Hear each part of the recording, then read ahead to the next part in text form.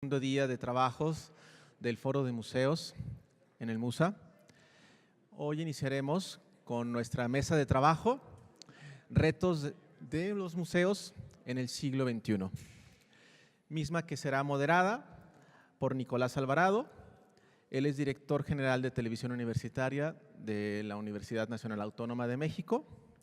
En esta mesa participarán Jorge Esma Bazán, quien es director del Instituto de Historia y Museos de Yucatán; Laura Ramírez Rasgado, directora ejecutiva del Gran Museo del Mundo Maya; Silvia Singer, directora del Museo Interactivo de Economía, MIDE; Graciela de la Torre, quien es directora general de Artes Visuales de la Universidad Autónoma de México. Les damos la bienvenida, por favor, a cada uno de ellos y muchísimas gracias.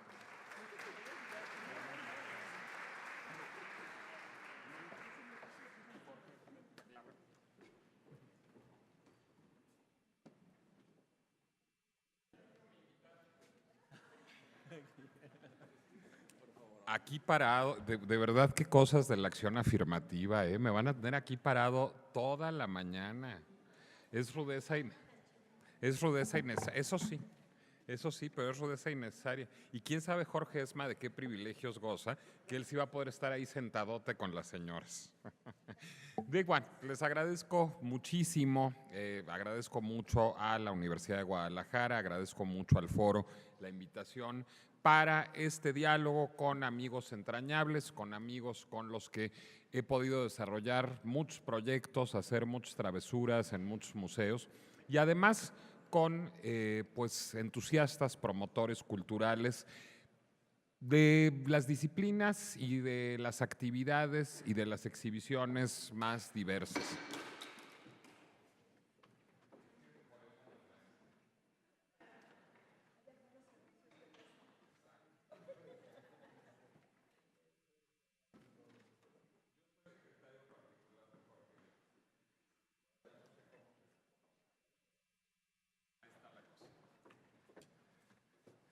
Bueno, ahora, una vez que ya les hicimos el show matutino para garantizar que estuvieran bien despiertos, déjenme presentarles un poco a nuestra mesa.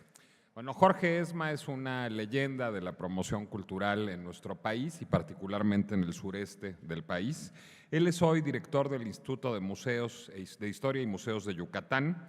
Es un hombre de teatro, es dramaturgo, ha sido maestro, ha sido funcionario público en las más diversas dependencias y es un hombre cercano a la comunicación. Es director general de Cultura Yucatán, una entidad y oficina paraestatal surgida como organismo de alta competencia dentro del desarrollo turístico y cultural. Tiene también a su cargo el patronato de las unidades de servicios culturales y turísticos del estado de Yucatán. Desde 2002, en coordinación con el Instituto de Historia y Museos de Yucatán, tutela el Gran Museo del Mundo Maya de Mérida, que es una cosa impresionantísima desde todos los puntos de vista, por sus colecciones, por su arquitectura, por su trabajo de mapping. De verdad, si van a Mérida, dense una vuelta, por favor, a ese museo. Tanto así que ganó el premio Best Pathfinder Project, otorgado por el comité organizador del evento Partnership Awards en la categoría de proyectos innovadores para la preservación del patrimonio cultural y de su divulgación. Este museo, el Gran Museo del Mundo Maya, también fue ganador del premio CIDI, concedido por la Asociación de Colegios de Arquitectos y Diseñadores de Interiores de los países iberoamericanos y las Filipinas, por ser la obra más emblemática de ese año, del año 2013. Bueno, Jorge Esma además ha trabajado en la UNAM como coordinador del Departamento de Libros, ha sido jefe del Departamento de Difusión Cultural de la Universidad de Anáhuac, ha trabajado en los programas de comunicación social en la Secretaría de Relaciones Exteriores, dirigiéndolos, ha sido director de Difusión Cultural del Gobierno del Estado de Baja California y director del Instituto de Cultura y Comunicación de Baja California. Muchas gracias, Jorge. Laura Ramírez Rasgado pues hace el 1-2 con Jorge Esma en el Museo del Mundo Maya, es directora ejecutiva del Museo del Mundo Maya, aunque ha vivido, bueno, pues prácticamente en todo el mundo y ha tenido una labor de promoción cultural, además de una labor diplomática muy entusiasta. Es historiadora del arte de formación por la Universidad Iberoamericana. Desde 1977 se ha dedicado a la promoción cultural, a la promoción de la educación artística en todos los ámbitos de gobierno. Ha sido directora de culturas, investigadora en la Dirección de Culturas Populares, ha sido directora de la Casa de la Cultura Enrique Ramírez y Ramírez en la Ciudad de México, subdirectora de Desarrollo Artístico del IMBA, ha sido fundadora y directora del Instituto Cultural de Tabasco, subdirectora general del IMBA, ha sido vocal de la Comisión de Premiación de la Academia Mexicana de Artes y Ciencias Cinematográficas, coordinadora de asesores del presidente del CONACULTA. También ha tenido misiones diplomáticas, culturales en España, en Canadá, en Estados Unidos, en el Reino Unido, en Washington, se los decía yo ya, y ahora, bueno, pues está a cargo del Gran Museo del Mundo Maya en Mérida, Yucatán. Muchísimas gracias, Laura. Silvia Singer es directora general, fundadora del MIDE, del Museo Interactivo de Economía, que es un lugar verdaderamente hermosísimo y además es un museo que hace un uso verdaderamente notable de la tecnología como un trabajo para la divulgación de las ciencias económicas. Es además presidenta de la Asociación Mexicana de Museos y Centros de Ciencia y Tecnología. Ha trabajado, bueno, pues en muchísimos museos, en Papalote, Museo del Niño en la Ciudad de México, en la Espiral de la Vida en Puerto Rico, ahora, como les decía yo, en el MIDE. Ha sido directora de los Museos de la Ciencia, es decir, de Universum y del Museo de la Luz en la UNAM, en la Universidad Nacional Autónoma de México. Ha sido presidenta del Consejo Internacional de Museos, del ICOM, y miembro de su Consejo Consultivo a nivel internacional. Ahora es miembro del Consejo de Administración de la American Alliance of Museums y de la Association of Science and Technology Centers. También es secretaria internacional de SECA-ICOM y se le reconoce como fundadora de la Federation of Finance Museums. Ahora, además, como se los decía, es presidenta de la Asociación Mexicana de Museos y Centros de Ciencia y Tecnología. Y finalmente me da mucho gusto presentarles a mi querida amiga y compañera de la UNAM, Graciela de la Torre, directora del MUAC, del Museo Universitario Arte Contemporáneo. También estudió en la Universidad Iberoamericana, fue directora del Museo de San Carlos, ahí creó los primeros servicios educativos formales para museos de arte. Fue directora del MUNAL también y fue responsable del proyecto de renovación MUNAL 2000, ahí en el Museo Nacional de Arte del Centro Histórico de la Ciudad de México. Ha sido docente en la Escuela Nacional de Pintura, Escultura y Grabado La Esmeralda, en la Ibero, en el CONALTE, en el Consejo Nacional Técnico de la Educación, en la ENA, en la UNAM. Es miembro del Committee for Museums and Collections of Modern Art, integrante del Board de la Association of Art Museums Directors y representante en México del International Museum Institute. También es consejera de la Federación de Amigos de los Museos en su capítulo México y en su capítulo Guadalajara, y es gestora del Instituto en Liderazgo en Museos. Ahora es secretaria de este consejo. Desde marzo de 2004 es directora general de Artes Visuales de la UNAM, desde donde además, bueno, pues dirige el MUAC. Coordina, además de este museo, la Casa del Lago Juan José Arreola, el Museo Universitario del Chopo, los museos del Centro Cultural Tlatelolco, el MUCA Roma y el Museo Experimental El Eco. Señora, señor, muchísimas gracias por acompañarnos esta mañana para hablar un poco de lo que pasa con los museos. Antes museo era una mala palabra. Uno cuando veía que algo era muy aburrido, cuando veía que algo pues, no se antojaba, decía uno, uy, parece pieza de museo. Pero hoy las piezas de museo pues, se antojan la cosa más sexy del universo. Todo el mundo quiere ir a los museos, todo el mundo quiere estar en los museos, todo el mundo quiere dirigir los museos y todo el mundo quiere ser un museo. De pronto, espacios que no nos esperábamos como museísticos, las tiendas departamentales o los restaurantes o los bancos o las salas de espera de los aeropuertos, de pronto resulta que ahora presentan exhibiciones. De pronto resulta además que surgen museos de las cosas más insólitas e inverosímiles, aparecen museos del juguete, museos del zapato. Bueno, el otro día me tocó ver en un museo, pues digamos, peculiar, el Museo del Objeto en la Ciudad de México, que es un museo de una colección particular de objetos de diseño industrial, una exposición invitada del Museo de las Relaciones Rotas, en donde la gente envía todos los objetos que emblematizan sus corazoncitos rotos cuando truenan una relación. Es decir, ahora cada vez hay más museos, cada vez más espacios no museísticos se asumen como espacios expositivos y cada vez hay museos de más cosas, cada vez nos parecen más museables distintos objetos. ¿Qué pasó? Le pregunto yo a la mesa. ¿Cómo se pusieron tan de moda los museos? ¿Cómo los museos pasaron, yo diría que en los últimos 20 años, de ser el emblema de la cosa más aburrida, de la cosa más empolvada, de la cosa más distante del público, a ser extraordinarios vehículos de propagación de las ideas, espero, y a ser eminentemente deseables y deseados? ¿Qué pasó? ¿Qué pasó, Graciela, que te veo muy pensativa al respecto? Ese micro no quiere.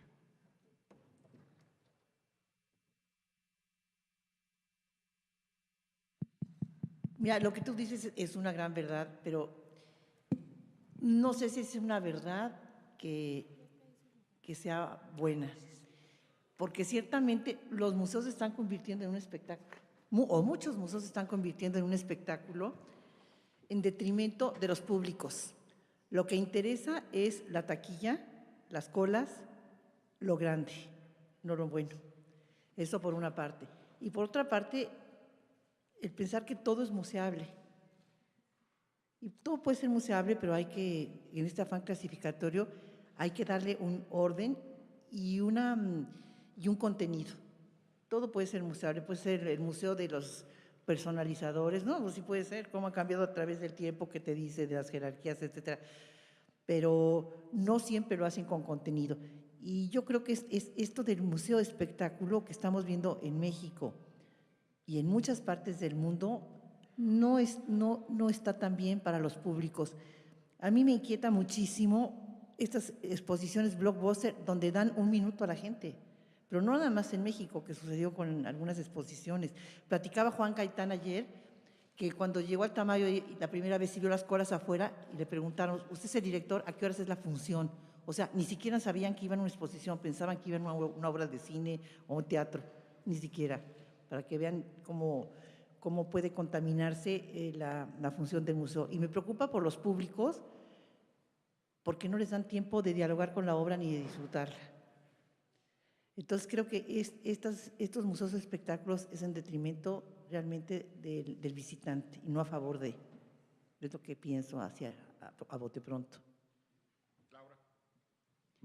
Sí, estaría de acuerdo con Graciela y que ella es una autoridad en materia de museos de hace muchos años. Ayer nos contaba que los servicios educativos justamente fueron una innovación en San Carlos, cuando tú fuiste directora de San Carlos, y que todos los museos de México fueron emulando este tema de los servicios educativos justamente para iniciar a los niños y a los jóvenes en este proceso educativo desde los años 70, 80 e incorporarlos a esta visión sobre el patrimonio artístico, arqueológico, histórico que tiene y esta gran riqueza de México. O sea que estaría yo de acuerdo en que los museos desde siempre, desde la segunda mitad del siglo XX, Nicolás, han hecho un esfuerzo importante por atraer públicos y eso es uno de los temas que ayer justamente se trataban. Para nosotros, por ejemplo, en mi caso, estoy tomando hace unos meses, como ya lo comentó Nicolás, estaba yo fuera del país, ahora regreso y tomo la dirección a invitación de Jorge Esma del Gran Museo del Mundo Maya de Mérida. Es un reto, un museo en el siglo XXI, es un museo del siglo XXI y ahora pues me imagino que Jorge Esma nos platicará un poco por qué esta concepción, cuáles fueron sus ideas rectoras. Y creo que es un reto, un museo del siglo XXI y la difusión de la cultura maya. Es muy interesante cómo el museo tiene la concepción de que la cultura maya está viva y entonces el recorrido parte justamente del siglo XXI hacia atrás. Invita al visitante a hacer un recorrido hacia atrás. Así es que pues a mí me queda más que nada aprender de todos ustedes, aprender de todo lo que ayer las autoridades en materia de museos, en materia de recaudación de fondos, en materia de análisis, que fue muy interesante escuchar los análisis de cómo debemos convocar a nuevos públicos y cómo debemos estudiar qué pasa con esos públicos ahora y por qué unos son museos espectáculos o exposiciones espectáculos y otros tienen la intención de que la comunidad misma, que la sociedad misma se refleje en su propio museo, en su propio patrimonio. Gracias, Laura. Le pasamos el micro a Jorge. Bueno, ya tiene. Muchas gracias. Bueno, ¿no? ¿Sí? ¿Se oye? ¿Bien? ¿Sí se oye? Gracias. Primero que nada, muchas gracias a Nicolás Alvarado por la presentación. Gracias por ser nuestro conductor de lujo. Muchas gracias. Gracias a gracias a las distinguidas y honorables compañeras de la mesa y muchas gracias a el Museo de Arte Popular, a sus directivos, a la coordinadora, a la universidad, por habernos tomado en cuenta y por habernos invitado. Retomando la pregunta de Nicolás Alvarado, yo podría en este momento, para iniciar la mesa, hacer unos 4 o 5 planteamientos muy precisos a la pregunta específica. ¿Por qué, preguntó Nicolás, tenemos más museos? ¿Por qué se ha desarrollado esta moda de los museos cuando antes no había museos, o había pocos, o no había un interés? Y todavía tenemos grandes distancias actualmente hoy entre las políticas culturales de los estados, la política cultural del Estado mexicano. Ayer decía el rector de la universidad que la Secretaría de Cultura, estamos ciertos que planteará y replanteará políticas culturales y entre ellas indiscutiblemente estará el tema de los museos con todos los subtemas tratados amplia y excelentemente bien tratados el día de ayer. Yo te contestaría, Nicolás, lo siguiente. La necesidad de permanecer. El ser humano, desde la más remota prehistoria, inclusive de la que no hablan ni los paleontólogos ni la biogenética, de la más remota historia, el ser humano tiene en su esencia la necesidad de permanecer. La urgencia de no perder memoria y destino. La dinámica y provocación de nuestra realidad globalizadora, ¿no? Provoca esta respuesta. Las consecuencias de las políticas culturales de las que hablaba. La competencia de la moda social en el ámbito privado. Esta empresa ha hecho un museo, pues yo voy a hacer otro museo. Y se crea una competencia de esnobismo. Y entonces hacer museos es importante, me hace trascender, me da estatus. Esto es en la competencia de la moda social. Y regresamos al principio y al origen de mi planteamiento, la necesidad de permanecer. Nicolás hablaba de que ya hay museos inimaginables. De lo que no nos esperamos nos encontramos un museo, hasta con presencias invisibles, ahora que estamos en este momento de la humanidad y en esta transición hacia el conocimiento y reconocimiento del aspecto en el cual estamos, en el cual vivimos, que es el cosmos, ¿no? Entonces, en ese sentido, serían mis reflexiones inmediatas, Nicolás, a tu pregunta. Muchas gracias.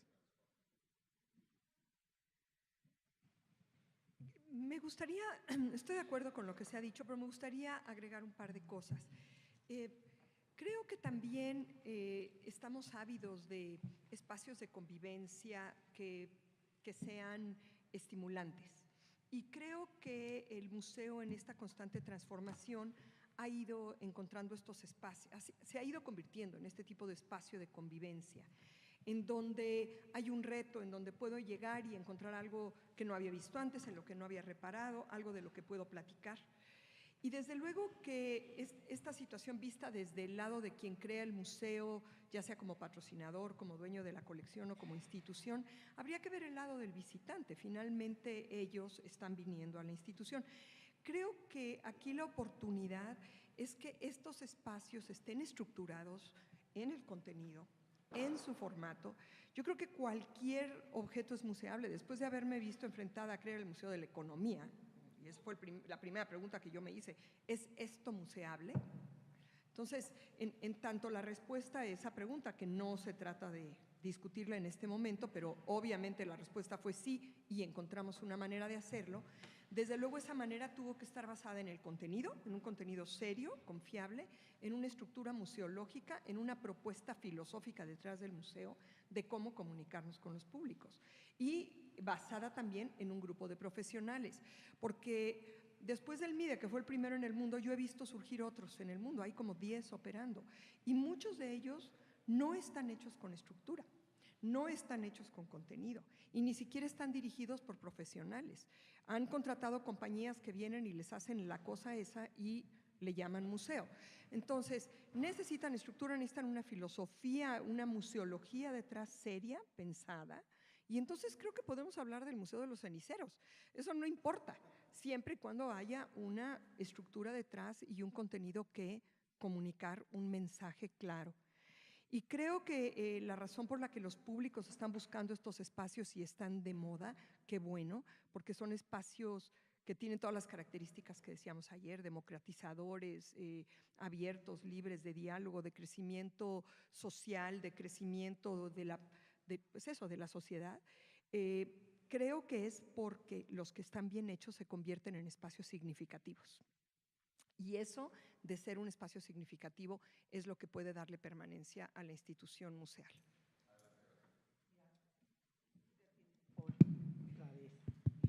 A ver Silvia tiene toda la razón. Pero yo añadiría, además, de ayer se trató, que es infinito o es moneda corriente la falta de profesionalización desde la gestión.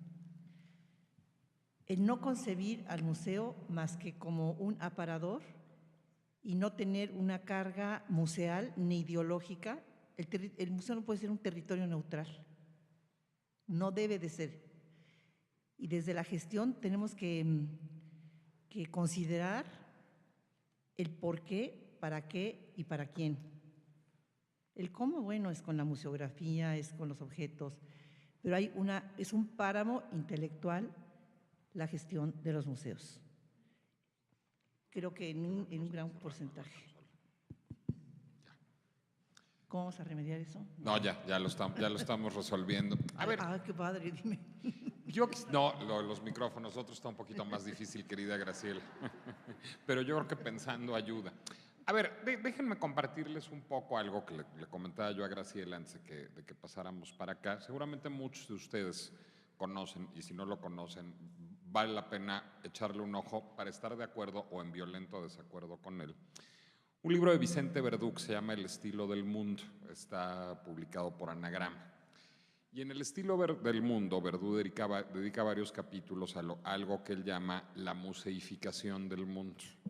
De hecho, algunas de las ideas, digamos, que están detrás de mi pregunta tienen que ver con eso. Es decir, de pronto Verdú dice, en el mundo se empezó a poner de moda que todo fuera un museo, de todo se quiso hacer un museo, todo se volvió museable y eso no hace sino convertir el universo, dice Verdú ese libro, en un gigantesco parque de diversiones que todo lo banaliza. Yo estaba en violento desacuerdo con Verdú. Durante muchos años estuve en violento desacuerdo con Verdú. Y por mi trabajo profesional durante muchos años me tocaba asistir a un espacio expositivo distinto cada semana, muchos de los cuales eran museos, otros eran galerías de arte y otros eran espacios que no eran habitualmente espacios expositivos, pero que lo eran por excepción, que se convierten, digamos, en museos transitorios.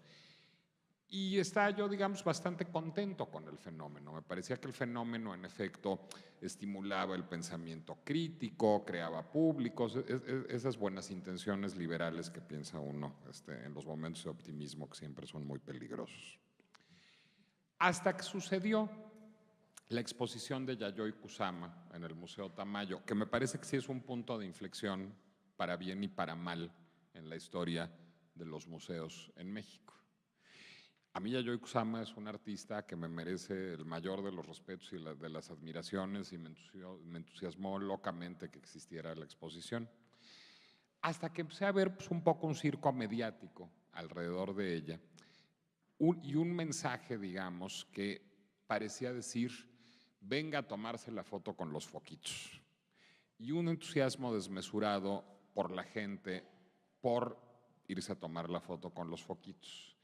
Y empecé a percibir, esto es perceptual, como casi todo en esta vida, a menos que tengamos herramientas estadísticas, y luego ni así, pero que no estaba realmente creando públicos esa exposición, que no es que la gente fuera a ver la de Yayoi Kusama y la de Sophie Calle que estaba al lado, sino pues que la gente iba, se tomaba la foto con los foquitos y a otra cosa, es decir, y a recorrer el mall y al parque de diversiones. Ese sentí un poco el espíritu de ese experimento. Y empecé a estar, curiosamente, habiendo estado en violento desacuerdo con Verdú durante muchos años, empecé a estar de pronto de acuerdo. Yo creo que Graciela planteó muy bien el problema y creo que Silvia planteó muy bien el problema. ¿Hasta dónde llega la creación de públicos? ¿Hasta dónde llega la divulgación del conocimiento? ¿Hasta dónde llega siquiera una función social de construcción de ciudadanía o de estimulación del pensamiento crítico de los museos? ¿Y en qué punto comienza la banalización, la frivolización, la reducción de todo a mero entretenimiento con espejitos y foquitos? Si quieren ahora hagamos el orden inverso para discutir esta provocación. No sé si quieras empezar, Silvia. Pero con micro es más mejor. Sí, sería más útil. Efectivamente, mira, esta es una gran discusión, ¿no? Las exposiciones llamadas, con un anglicismo horrible, los blockbusters, o sea, que son exposiciones que atraen a miles de personas y es un fenómeno pues, relativamente nuevo en México, pero ya muy usado en muchos otros países. Pueden ser muy beneficiosas, pueden ser beneficiosas porque pueden traerle recursos al museo que no tenía, una visibilidad que no tenía y incluso ayudarlo financieramente, atrayendo a la gente. Pero ahí vuelvo a lo mismo y no es que quiera yo reducir todo a una misma frase, pero si los directivos, si los encargados de tener la visión del museo no entienden el fenómeno que tienen en sus manos, entonces estamos frente a un circo. En cambio, si yo aprovecho esta exposición, Kusama o quien sea, para atraer a la gente, estar visible ante públicos que antes no habían reparado en mi museo, porque lo consideraban elitista, porque ni siquiera sabían que estaba ahí porque está atrás de los árboles y cuando yo paso en el camión no lo veo. Así de simple, sin una calificación peyorativa.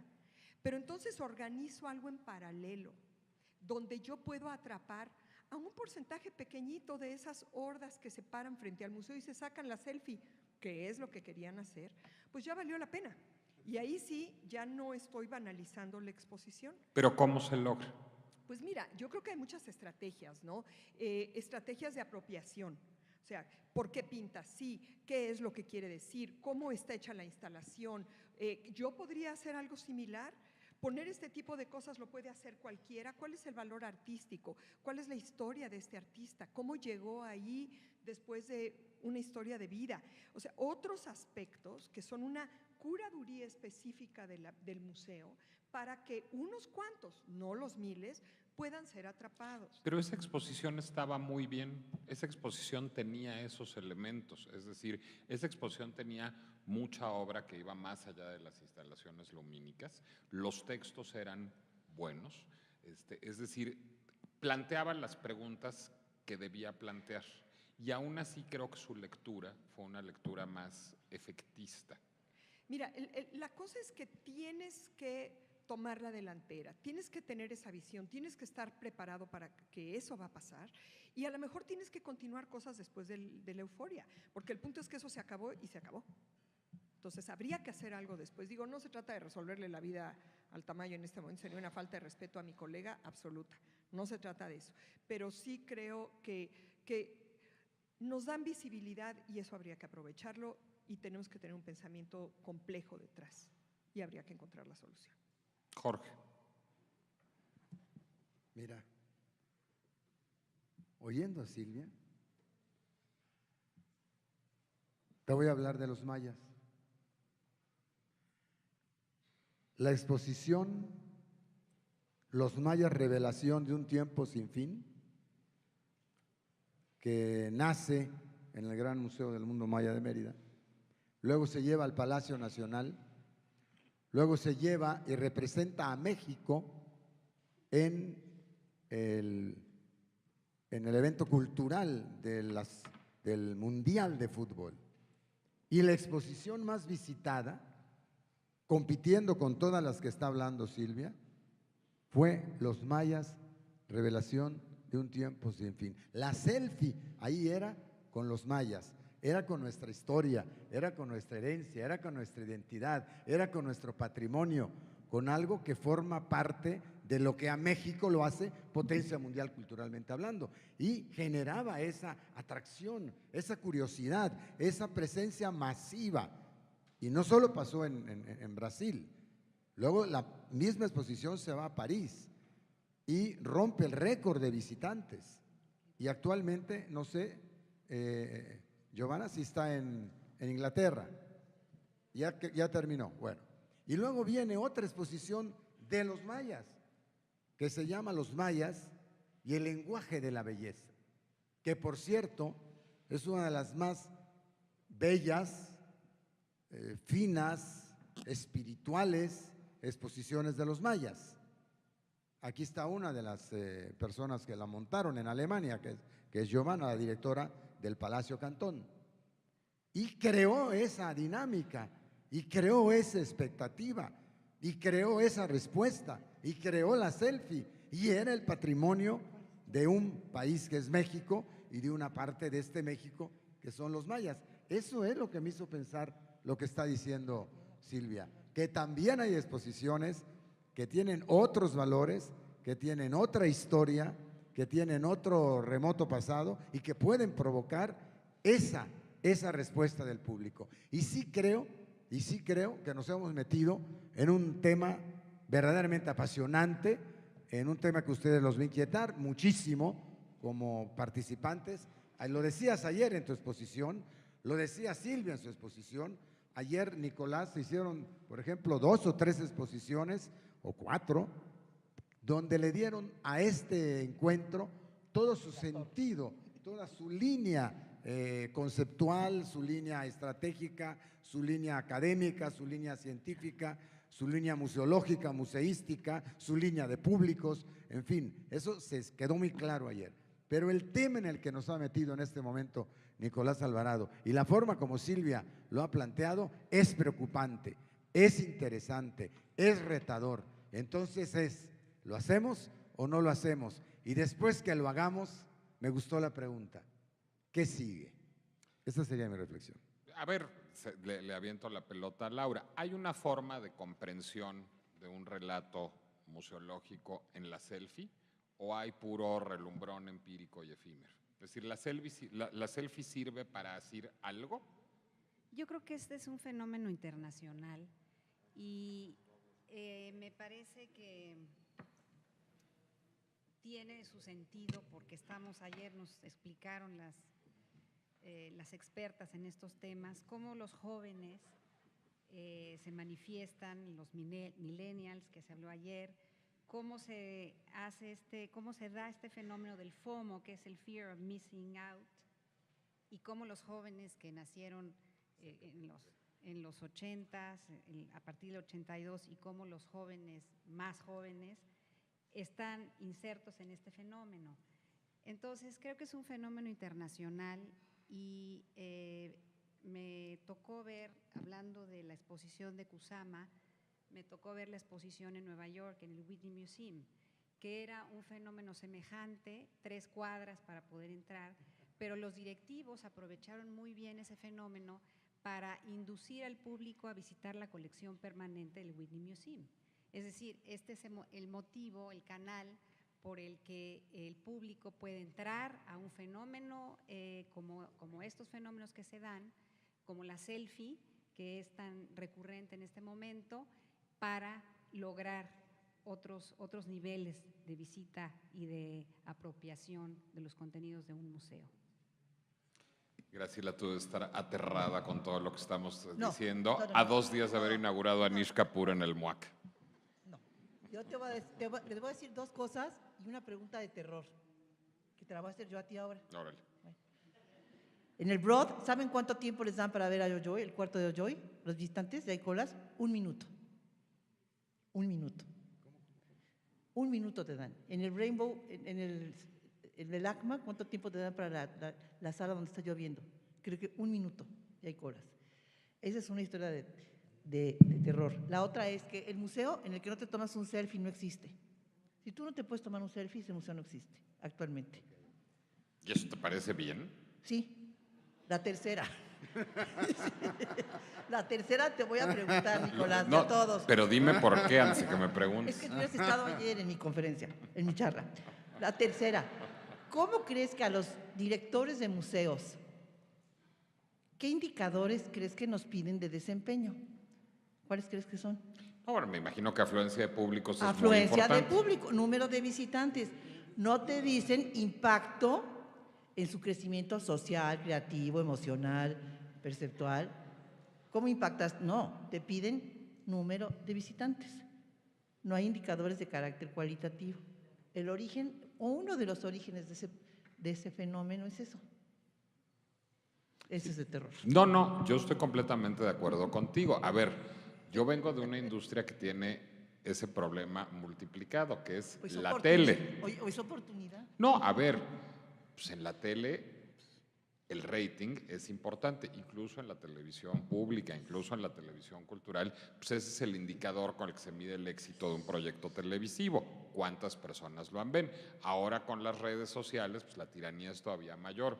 ¿Cuántos seguidores tienes en Facebook? Así ¿Cuántos es. seguidores tienes en Twitter? Eso no tiene remedio. Toda institución pública o privada nos va a exigir a las cabezas de proyectos culturales que cumplamos con esos indicadores. Pero también, digamos, si nos quedamos en esos indicadores, no vamos a lograr que la institución vaya más allá y no vamos a cumplir. Esos son los que nos piden. No, y los tienes que cumplir. Pero no me digas que tú te estás quedando solo en esos indicadores. Pues si te quedaras solo en esos indicadores, tendrías exposiciones de Javier Marín, que por enormísima fortuna no las tiene el MUAC. Entonces, dado que no es la ruta, digamos, poner exposiciones En de el Javier fondo Marín. eres muy malo. Yo soy muy mala persona, yo nunca lo he negado.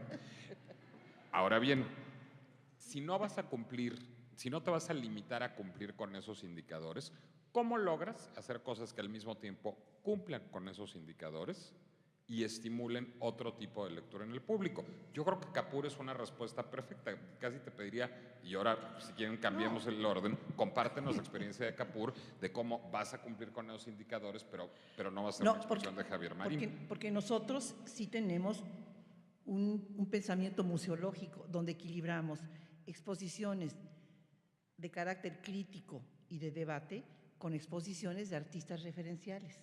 No exposiciones que van a atraer público, esa es la consecuencia no lo hacemos para eso. Y una estrategia, ahorita el reto no es traer a Kapoor, ahorita el reto es que el público pueda dialogar con Kapoor a sus anchas. ¿Ok? Es mi problema, no es del público. Y el tercero va a ser medir el impacto de esa exposición sobre los públicos. ¿Cómo le va a hacer para que el público dialogue con Kapoor a sus anchas? Nosotros tenemos que controlar la afluencia para no sacarlos de la sala y que esté 1 minuto, ¿no? Es una obra con la que tienes que dialogar. Ese es mi problema. No puede ser el problema del público. Y sí es un problema, pero estamos logrando. Es decir, la experiencia de visión de la exposición será libre, digamos, en términos de tiempo, pero al mismo tiempo, pues tú tienes que controlar que no se te vuelva la explanada del MUAC, que digo, qué bueno que es grandota, pero un desastre y que la gente vaya entrando. Oye, y además toda la taquilla es mía. Eso está re bueno. Laura. A ver, Jorge, ¿quieres interrumpir? Mira, Nicolás, 2 cosas. Una, si yo anuncio en el Gran Museo del Mundo Maya de Mérida un debate mano a mano Graciela-Nicolás, yo también tendría público. Todos. Yo te pedí la palabra porque ayer se habló de ese diálogo circular, de ese diálogo horizontal y lo planteó Silvia. No sé si quiere comentar algo sobre eso. Sí, adelante, por favor. Sí, sí, ya cuando se empieza a desmadrar el orden de la mesa es que lo la mejor, cosa se ¿no? está poniendo buena. Exacto. Mira, yo sí creo que una vez que nosotros hemos planteado una postura museológica ante este tipo de éxitos que sabemos que van a suceder. Digo, el MIDE no tiene sala de exposiciones temporales y me encantaría que la tuviera para al menos una vez al año hacer una provocación de este tipo. Sin embargo, tenemos No, algunos… perdóname, pero tus provocaciones son de otra índole, es hablar de sostenibilidad, hablar de economía, Exacto. hablar de miseria. Eso es Exacto. provocador. Eso es Así provocador es. y eso es lo que queremos Sí, hacer y claro. eso en lo que estamos. Y la verdad tenemos fines de semana donde en un espacio donde se puede hacer una visita confortable de 600 personas, de repente hay 1,500. La calidad de la visita disminuye. Es esta visita al Rain Room de 1 minuto. No tiene sentido. Tienes que dar la oportunidad de que la gente lo disfrute. Entonces, ahí empieza a haber muchas cosas. La tensión entre el espacio que tiene un acceso incluyente, que ese es un problema, porque no puedes decir… Kapur es nada más para los conocedores, es para todos, es para el que se le pegue la gana de verlo. Y entonces, pues tienes que moderar el número de gente que entra para que la visita tenga sentido. Porque si no, la calidad de la visita no permite ese diálogo a sus anchas, como lo dijo Graciela, que me encanta. Y la otra cosa es que tenemos como públicos que irnos educando. En otros lugares lo controlan con horarios. Y entonces tú adquieres tu boleto o por internet o en la taquilla y sabes que te toca entrar a tal hora. Y no es cuestión de irte a formar y hacer la cola y luego que el museo te permite estar 2 minutos. Compras tu boleto, hay un éxito brutal, el museo abre por horas más extensas, damos un servicio adecuado. Pero aquí en México todavía estamos, creo que lejos de que el público acepte un horario para visitar un Pero espacio. fíjate, un fenómeno, perdonen que hable de esto. Nosotros no quisimos poner cédulas en Kapur, porque ahora yo estoy en esta onda de anticédulas. Solamente una introductoria, para que el público se enfrente directamente con la obra. El problema que estoy teniendo es todos los que se toman foto. Entonces, ahí se atora la cosa. Selfies o foto. Eso ya no, las cédulas era un cuello de botella antes, la gente se paraba a leer. Ahora, el cuello de botella son las fotos. A ver, voy a ser peor persona de lo que ya me acusó Graciela. A ver. ¿Cuál qué? Soy la peor. No, voy a ser peor persona de lo que ya me acusaste. ¿Cuál es mi problema con la selfie? La selfie lo que quiere decir es, lo que está exhibido aquí no importa. Lo que importa es que yo estuve aquí. Exacto. Lo que importa es Sí, que yo le transmito al mundo que yo estuve, lo voy a decir en términos horrendos, en el place to be. O sea, está de moda ir a Kapur, entonces yo estuve en Kapur. Me vale madres Kapur o los mayas o la economía. No necesariamente. Yo nada más lo que quiero mostrar es que yo estuve aquí. Es otra manera de comunicarse. Perdón. Te puede valer madre todo, menos los mayas, seguimos. Yo sospecho severamente que a quien se toma una selfie le vale madres aquello con lo que se está tomando la selfie, que solo quiere mostrar que estuvo ahí. Como la discusión se está poniendo buena, voy a disentir por completo contigo. Por favor. Lo hemos discutido. Claro Creo que esos chicos que están formados en la plaza no tenían ni la más remota idea quién era Kapur. En su panorama personal, Kapur no figuraba. El hecho de que esté en los medios y que yo quiera hacer esa cola y entrar para sacarme solo la selfie, enriquece mi panorama cultural. A partir de ese momento, Kapur está en mi panorama cultural personal, individual. Y la selfie no es más que una estrategia de apropiación. Sí, es una estrategia de apropiación, claro. ¿Es una estrategia de apropiación que conduce a algo? Claro, a la apropiación. A la apropiación, claro. Sé contemporáneo. No, yo cada vez soy más un viejito reaccionario. A ver, eso me lleva, digamos, a un camino próximo, y Silvia sabe mucho de eso, que es la interactividad. Pero Silvia sabe más. Bueno, es que, a ver, el MIDE tiene un problema. El MIDE es un museo con una colección muy pequeñita. Es decir, el MIDE es más un museo de experiencias, es más un museo de tecnología que un museo que presente objetos de una colección. Es decir, tiene algunas piezas numismáticas, pero realmente muy poquitas y no son el quid de la experiencia.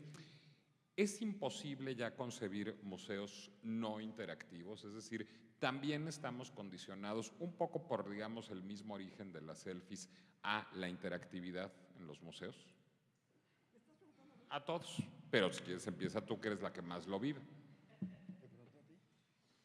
Es que mira, yo la verdad, lo que me cuestiono es qué quiere decir interactividad. O sea, si interactividad es si interactividad es tener un aparato en la mano, no, es una discusión que me parece que no es importante, perdón que lo diga.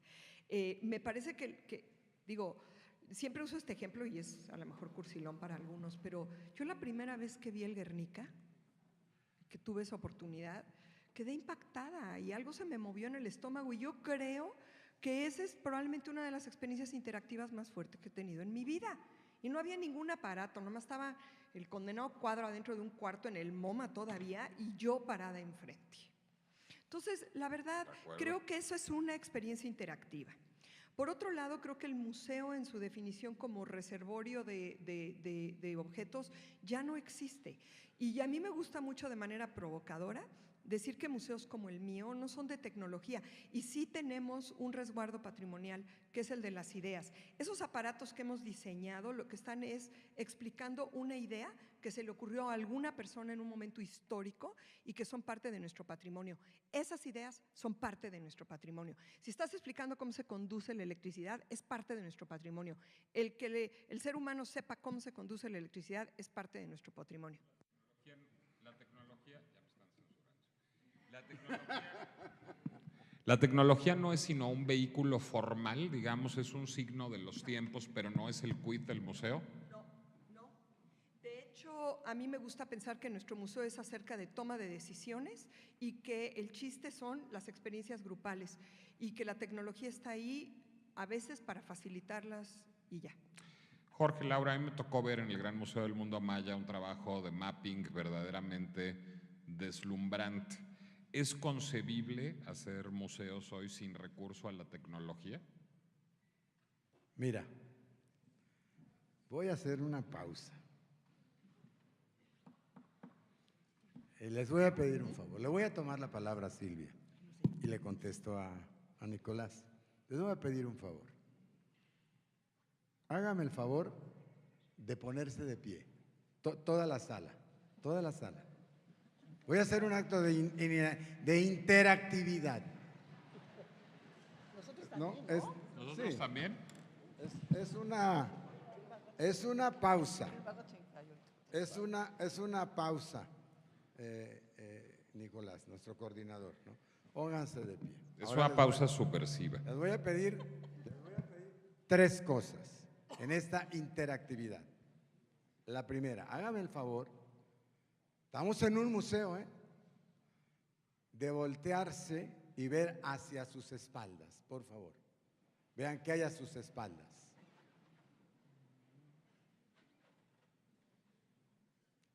Bien, gracias. Ahora nos volvemos a voltear hacia acá. Ahora hagan un aplauso corto pero muy fuerte.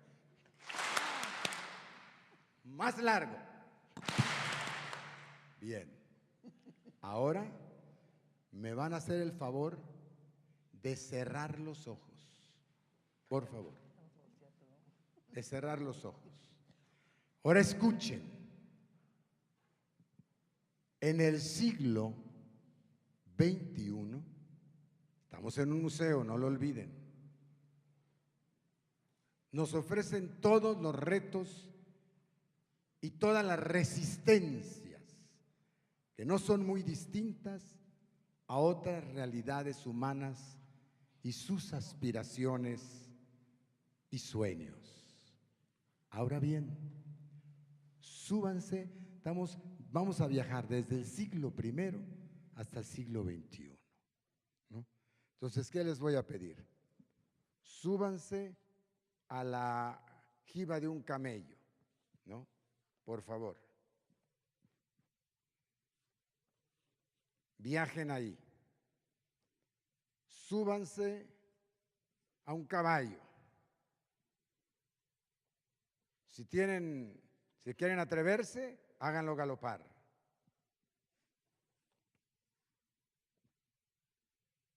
Ahora, súbanse a un carretón.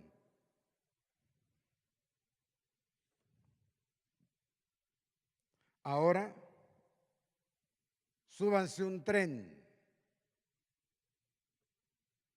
y vean lo que hay en ese tren, porque ese tren es un museo. Están viajando en un museo, con su experiencia intelectual, con su experiencia emocional, con su imaginación, viajen en ese tren y ese tren es un museo.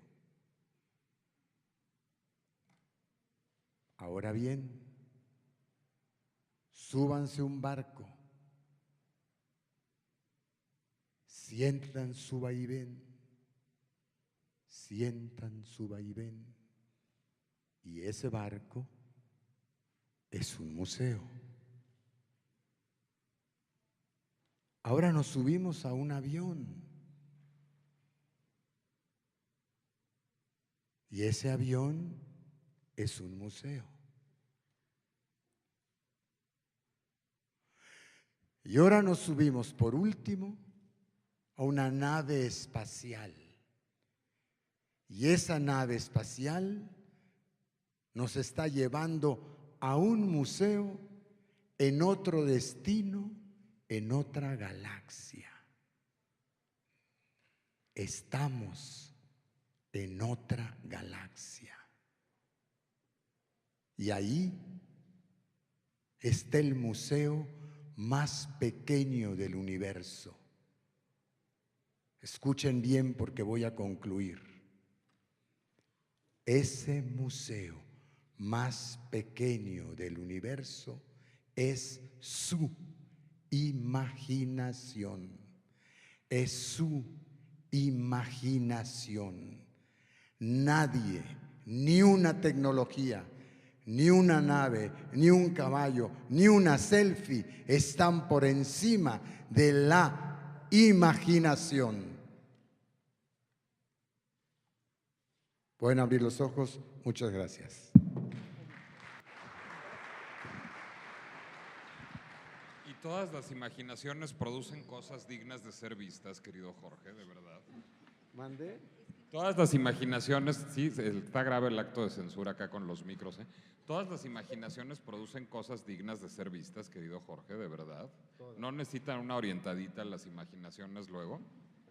¿Pero qué haces tú cuando aceptas la obra de artistas en un museo? Micro, Silvia. Sí, ¿qué es lo que en realidad haces cuando aceptas la obra de un artista en un museo? Pues dejas que su imaginación esté ahí, su visión del mundo, su manera de observar. Y simplemente Pero porque él yo- se llama artista, entonces sí. Pero yo no quiero presentar todas las imaginaciones. A ver, No, claro que hay curaduría, un y la museo no es curaduría es también una importante. criba. Es decir, y no es una criba en un momento en el que nos hacen falta cribas. Es decir, a mí la muerte de la crítica es un fenómeno que me preocupa enormemente. Sí. Mira, tiene dos respuestas. Tiene dos respuestas tu pregunta. Una, en el ámbito de la individualidad superior, sublime, única, cómo se imaginó ella o él, o ella, o aquella chica, su viaje en la alfombra de Persia, y qué vio, y si todo lo que vio es válido de llevarlo a un territorio museográfico, que esa es la pregunta de Nicolás. O sea, todo lo que se imaginen, como se lo imaginen, ¿así lo puedo volver y convertir en un museo? No.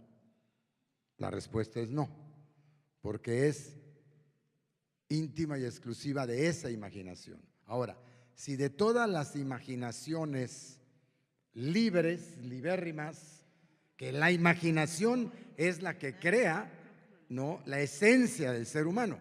Eso lo explica muy bien Silvia. O sea, no puedes, el arte no es naturaleza. No es naturaleza, es expresión suprema. ¿De qué? de la voluntad humana. Tú puedes tener imaginación, puedes tener talento, pero si no tienes la voluntad de traducirlo en algo que puedo ver o que puedo tocar, no hubo esa voluntad humana. Entonces, sí estoy de acuerdo contigo que eso, al traducirlo para mostrarlo, necesita lo que llamamos una curaduría. Graciela, tú querías hablar al respecto. Ay, no. Ah, ¿no? Es que te vi muy entusiasta. No, bueno, es que yo, digamos, te vi muy entusiasta cuando hablaba yo de la muerte, de la crítica. Ah, no, sí, no, bueno. Es una tragedia para nuestro país. Yo creo que es una No tragedia hay para el crítica. mundo, pero es No una hay. tragedia que también es muy Sí, no. heredera del alegre mundo de las redes sociales. Es decir, es heredera de este mundo en ¿verdad? donde ya todos somos autores. Pero eso es inevitable, Nicolás. Eso es inevitable. Bueno, a Tienes ver, que lidiar con eso. Querida Graciela, yo tengo una cámara fotográfica. Sí. Eso no me hace un fotógrafo. Es decir, o sea, si yo me ostento fotógrafo frente a Richard Avedon o frente a Henri Cartier-Bresson, pues estoy cometiendo un sacrilegio. Yo soy un señor con una cámara, no soy un Y hay fotógrafo. exposiciones de selfies en museos. Hay exposiciones de selfies, hay exposiciones de instantáneas que tomas con tu… Está bien, El mundo pero cambia. hay una mirada. Sí. Una mirada de un ¿Y curador. qué tiene que ver con la crítica De de las la, redes de sociales? la misma manera, una persona que escribe en un blog qué le pareció una exposición no sustituye a un crítico de arte. Un crítico de arte es otra cosa. Pues sí, pero Qué desgraciadamente pena. la proliferación de las redes sociales y la proliferación de las opiniones no calificadas en redes sociales ha sido parte de lo que ha situado en tal crisis a los medios de comunicación que la crítica empieza a estar cada vez más ausente de esos espacios. Esa criba, la criba de la crítica publicada, es una criba que está seriamente amenazada, en riesgo de perderse. Una criba que sí queda es la criba curatorial, la criba de qué mostrar, en qué orden, en qué contexto y cómo mostrarlo. No es muy importante, y Jorge hablaba hace rato de la permanencia, no es muy importante justamente que haya instancias legitimadoras como el museo, que decidan qué permanece, cómo permanece y cómo es leído en un contexto de absoluta relativización de todos los valores. Bien. Silvia, Jorge. A ver. Mira, Nicolás. No, bueno, es que le decía yo ahorita a Laura, ¿qué memoria tiene? Le dije.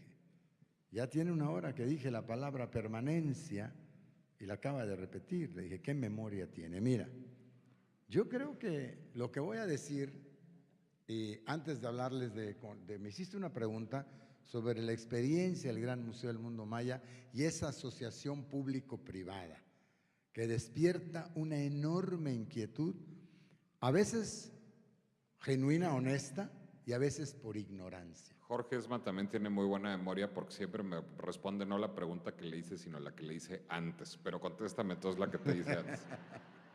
Entonces, esa la voy a contestar. Pero el debate que se ha creado, muy interesante, lo es. Estoy seguro que ustedes están también convencidos que es muy interesante. Él dijo, aquí tengo una cámara. Aquí hay una cámara en este aparato. Y eso no me hace fotógrafo. Híjole, esa es una discusión que a lo mejor no terminamos si nos metemos en ella. Porque yo le voy a decir, si él tiene aquí una cámara y él toma fotos, en el momento de tomar las fotos, buenas o malas, con experiencia o sin experiencia, es fotógrafo. ¿Están de acuerdo conmigo? A ver, ¿sí o no? A ver, ¿quiénes dijeron no? Sí. Ok, entonces vamos a hacer un territorio democrático. Los que dijeron sí, levanten la mano. Bien, gracias. Los que dijeron no, levanten la mano. Muy bien, ganamos, aunque sea por 10 votos. Oye, pero las ideas no son plebiscitarias, querido Jorge, gracias a Dios. Bueno, entonces aquí tenemos una cámara, me dice él, y yo tomo fotos, le dice a Graciela. Eso no me hace fotógrafo. No, yo me pregunto mi opinión.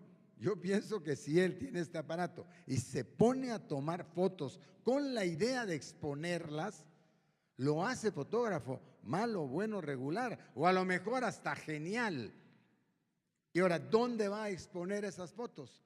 O las expone en su casa, o las expone en un bar, o las expone en un restaurante, o las expone en la puerta, en la pared, no lo sé. O las expone en una galería o en un área museográfica porque a alguien le interesó todas las fotos que hizo Nicolás sobre moscas, abejas, insectos, ¿no? Porque se puso a tomarlas con ese aparato que es una cámara. En ese momento, ¿es o no es fotógrafo? O porque es mi primo, o porque lo estoy chantajeando con un oscuro secreto financiero o sexual. Claro. Por eso Entonces, qué bueno que haya cribas, Silvia. sí es fotógrafo. Yo quisiera regresar al asunto del museo, porque esta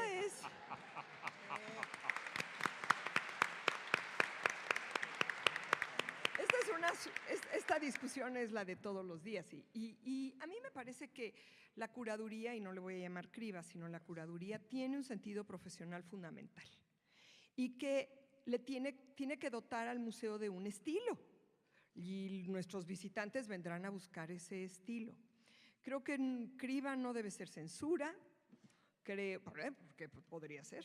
¿De qué tamaño son los agujeritos de la criba y qué voy a dejar afuera y qué voy a dejar adentro? O sea, criba no debe ser censura, criba debe ser curaduría. Curaduría me lleva a un estilo de comunicación, mi espacio está abierto. Si te quieres comunicar conmigo, ven y visítame. Si mi mensaje no te interesa, no me vengas a visitar. Si pienso que no me has visitado porque realmente no me conoces y consigo una exposición de estas masivas y eso hace que me vengas a conocer por fin, bienvenido. Igual descubres que sí tengo un estilo que te puede gustar y regresas. Siento que va por ahí la conversación y creo que el avance de lo que la sociedad está haciendo, selfies, blogs, twitters, Facebook, es inevitable. Y tenemos dos oportunidades. Nos quedamos mirando la realidad o nos unimos a ella. Entonces, depende qué actitud tengamos y depende qué tipo de institución queramos tener. Pero yo realmente quisiera regresar en la discusión y aprovechar quienes están aquí porque yo quisiera conocer su opinión. O sea, estoy preocupada por la profesionalización de nuestro gremio y ustedes trabajan en museos, yo trabajo en museos.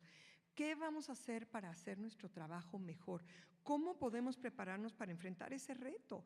Porque entonces nos toca ser el curador y no sabemos cómo curar. ¿Qué es hacer el trabajo mejor, Silvia? Mira, yo creo que tenemos que formarnos, evitar el estar improvisando, el dejar de pensar que una exposición de pintura es colgar cuadros en una sala de una casa. O sea, no, hay un sentido, hay todo un algo detrás que es una profesión, hay una profesión. Los que hacemos museos y ya estamos en esto hace muchísimos años, demasiados, sabemos que nos hemos formado y hay una profesión detrás, hay una razón, hay un mensaje, hay toda una estructura. Y si el problema es tratar de definir el reto de los museos en el siglo XXI, que también me parece como muy amplio, digo, yo ojalá me quede otras 2 décadas en el siglo XXI y ya con eso me sentiría muy bien. Pero digamos, si lo vamos a definir para los próximos años, ¿qué es? Y yo creo que uno de los retos es ese. La sociedad va por delante de nosotros. ¿Cómo nos subimos en ese camión? Jorge. Tengo mucho interés en el tema. Tengo mucho interés en el tema. Y me llamó la atención que Silvia diga el tema de la realidad, ¿no? Estuve haciendo este apunte. En el reto para un servidor, el reto más grande de los museos en el siglo XXI es precisamente todo lo que hemos hablado aquí. Y sobre todo en la línea de la tecnología y en la línea de todos los elementos digitales y de todos los elementos de la invención, ¿no?, que tenemos en las manos. Yo creo que ese es uno de los retos más grandes que tiene los museos del siglo XXI. Lo que ya fuimos capaces los seres humanos de crear, ¿no?, ¿cómo vamos a ser capaces de volverlos herramientas muy productivas para la dinámica de un museo? Yo creo que ese es uno de los retos. Otro de los retos, lo planteaba Silvia, es la resistencia. Les voy a leer este apunte. En el siglo XXI, ¿no?, nos ofrece retos y resistencias que no son muy distintas a otras realidades humanas y a otras aspiraciones y sueños, y tampoco son distintas a las resistencias que tenemos en México, que son similares a otras partes del mundo. Entonces, ¿qué nos queda? Reconocer que comprometemos a nuestras realidades o estas nos comprometen. Desde esta perspectiva, ¿no?, afirmamos que la resistencia que encuentra la cultura contemporánea en México no es distinta a la que encontramos en otras partes del mundo.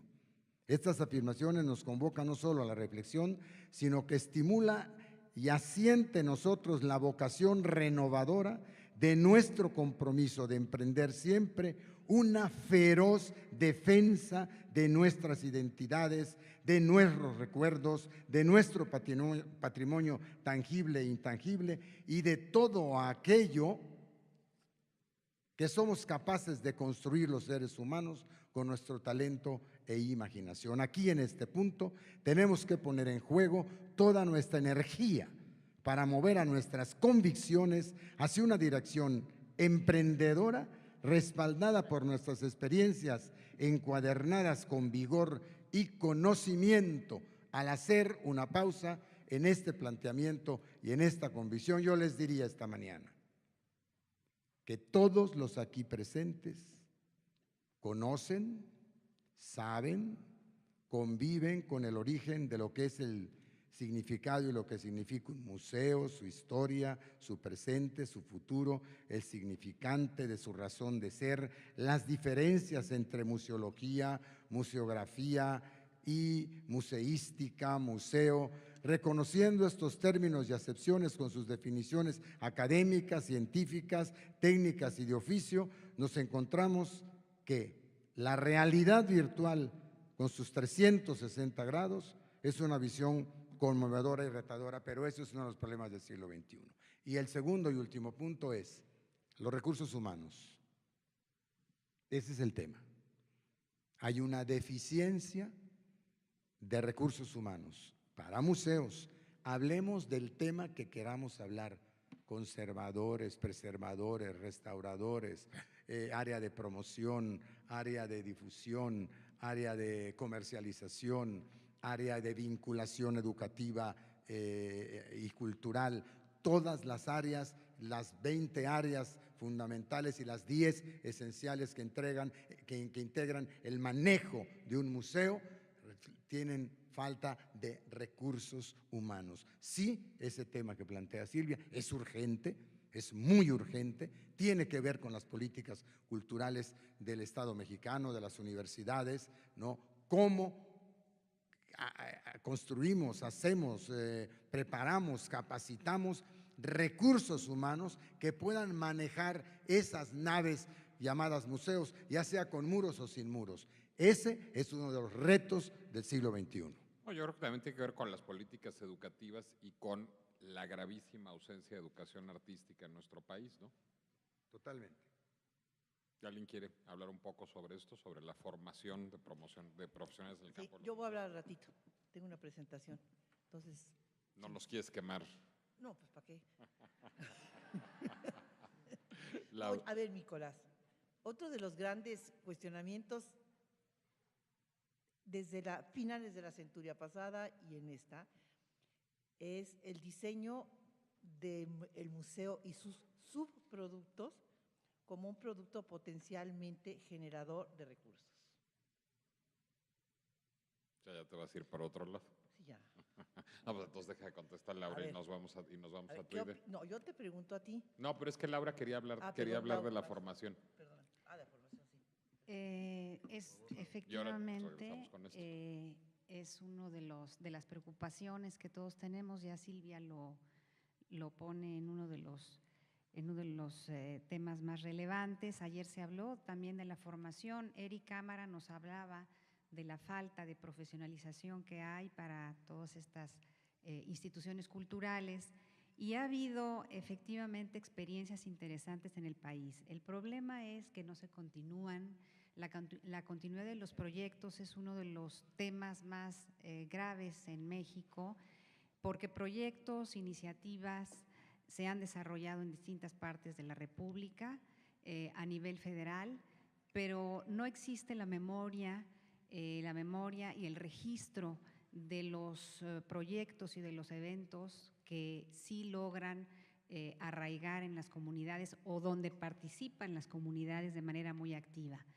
Yo trabajé en Tabasco en los años 80 y ahí formamos el Centro de Investigación de las Bellas Artes, el CEIBA, para formar promotores culturales a nivel medio superior.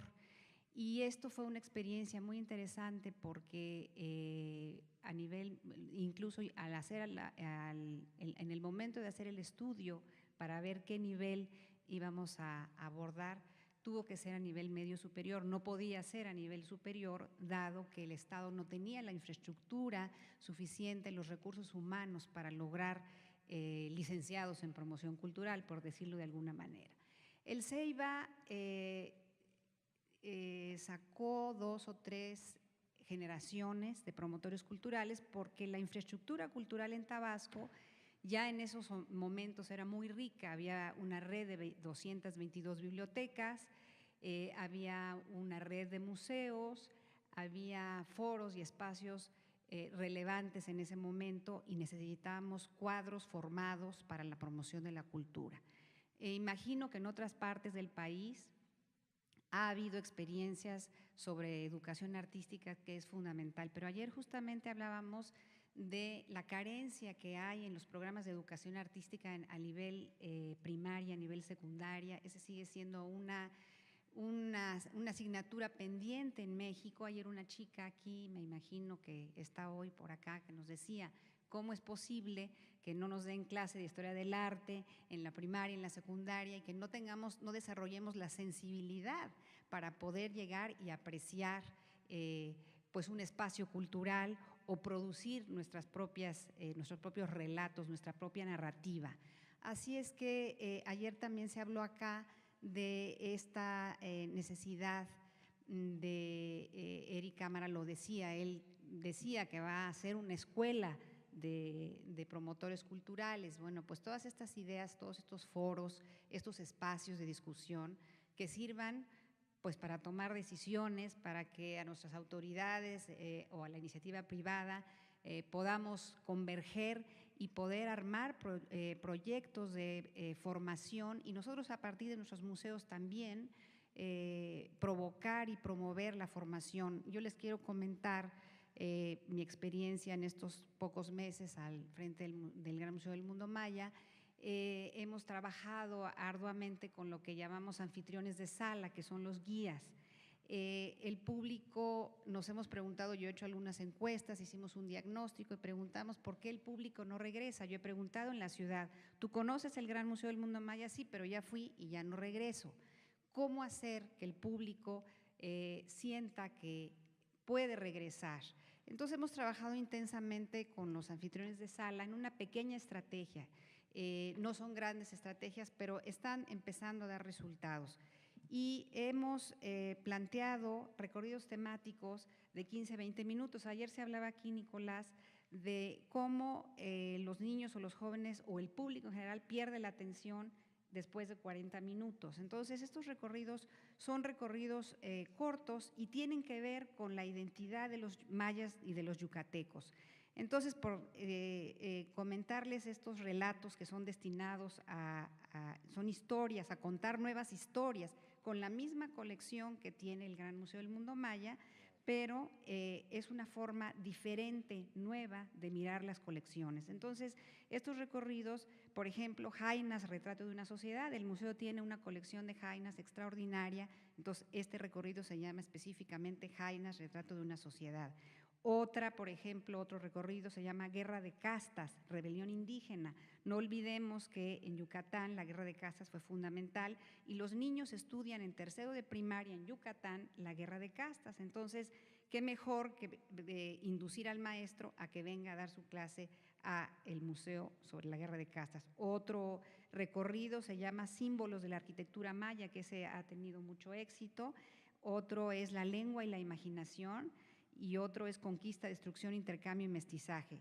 Y uno finalmente que ha llamado mucho la atención porque tenemos piezas únicas en el museo sobre bordado yucateco que se llama Bordado, Estética e Identidad. Entonces estas pequeñas estrategias y esta formación, preparación, actualización permanente de los anfitriones de sala o de los guías nos ha permitido que la gente empiece a regresar al museo en una segunda visita. Ahora sí, Graciela, vámonos al mundo de los subproductos y los Me parece más interesante autogenerados. lo que está diciendo Laura, porque, ¿sabes qué? El hecho de encontrarte con un producto que está ahí, pero que puede ser explotado, por así decirlo, de otra manera, me parece que requiere mucha imaginación y muchas ganas de hacer las cosas, porque tú te puedes haber quedado con ese producto. Está bien. No, yo lo que decía que hoy día, a partir por muchos motivos, porque hay una competencia enorme entre los profesionales de museos, que sí hay profesionales sobresalientes. Cuando menos yo conozco muchísimos, ¿eh? Sí, claro. Sí, los hay. Entre los museos la competencia y también la necesidad de allegarse recursos ha hecho que el museo se conciba a sí mismo como un producto susceptible de ser mercadeado. Entonces, ese es uno de los retos del siglo XXI, diseñar este producto, diseñar sus subproductos y saber a qué mercado nos dirigimos para que pueda ser consumido de diversas maneras. Puede ser consumido como visitante, pero también puede ser consumido financieramente y generar recursos a la institución. Y además, yo que soy un viejito reaccionario, diré sin embargo que esos subproductos a mí me parece que sí hacen un esfuerzo, digamos, de extender la experiencia del museo más Laura, allá del museo y de llevar a otros lados, a otras lecturas, a otras indagaciones, etcétera. Lo que hizo Laura es diseñar sus subproductos, aparte de ese producto que tiene, pero también yo estoy súper a favor de que el museo intente allegarse recursos suplementarios a su presupuesto. Estoy total, y ni modo, tienen que entrarle a este mundo que es la comercialización, absolutamente. Que a muchos colegas les horrorizan, ¿no? Pero bueno. No es mi caso. Silvia. No, mira, qué lástima porque… Así como Graciela, Pásenle un micro a Silvia, ¿no? Por favor. así como Graciela dice que ella conoce muchos profesionales y yo también, y creo que lo sabemos y estamos ahí en el trabajo, también hay muchas oportunidades de formación y lo que deberíamos de hacer es socializarlas porque no las conocemos. Y yo creo que hay que conocerlas porque estamos manejando nuestras oportunidades de formación de manera insular. Y entonces nos beneficiamos los que las creamos y los que estamos ahí cerca, pero pues tenemos un universo más grande que compartir. Entonces, yo voy a darles un ejemplo de algo que estoy haciendo yo y a mí me gustaría que Graciela nos compartiera un ejemplo de lo que está haciendo ella. Entonces, por ejemplo, el MIDE ha creado un programa de capacitación para mediadores del museo que está pensado para que se pueda reproducir en cualquier lugar de la República Mexicana y que tiene acreditación a nivel de la SEP. Entonces, los chicos que la toman son acreditados y tienen un papel con valor curricular. Y no es de guías, es de mediadores, o sea, ya tiene una visión un poquito más moderna de lo que puede ser la intervención de esa otra persona con la que te encuentras y que te facilita la visita al museo. Y lo que son tus subproductos que llamamos visitas guiadas, nosotros les llamamos mediación detonadora, pero es exactamente lo mismo. Y el chiste es que estos chicos pueden estar capacitados y llevarse a casa un reconocimiento de valor curricular. Entonces, bueno, lo abro aquí, podemos platicar, presentarlo en alguna otra ocasión. Tú tienes otro ejemplo, Graciela, y me parece muy importante. Tengo el que les voy a presentar, que me dieron oportunidad y mucho les agradezco de presentar aquí, que es la formación ejecutiva para líderes culturales y de museos, que es con un MBA, y que aquí hay exalumnos. Tú eres una exalumna, tú eres otra exalumna, Fernanda es exalumna también, ¿verdad? Hay varios. Que al ratito voy a pedir que nos den testimonio. Pero además tengo la maestría en estudios curatoriales. Entonces, no dedicada al arte contemporáneo, a estudios curatoriales en general. Es un programa que dura 2 años con un fuerte filtro. Aplican 40 y entran 15, cuando más.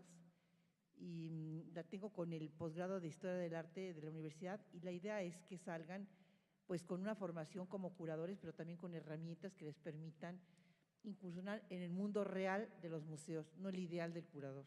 Ese es un mundo fantasioso. Claro. En el mundo real de nuestras instituciones. Y bueno, el tema de la actualización y capacitación es un tema fundamental que curiosamente lo platicaba yo, quienes están llevándolo a cabo son de alguna manera las universidades o instancias aisladas. No lo veo yo como una política nacional. Exacto.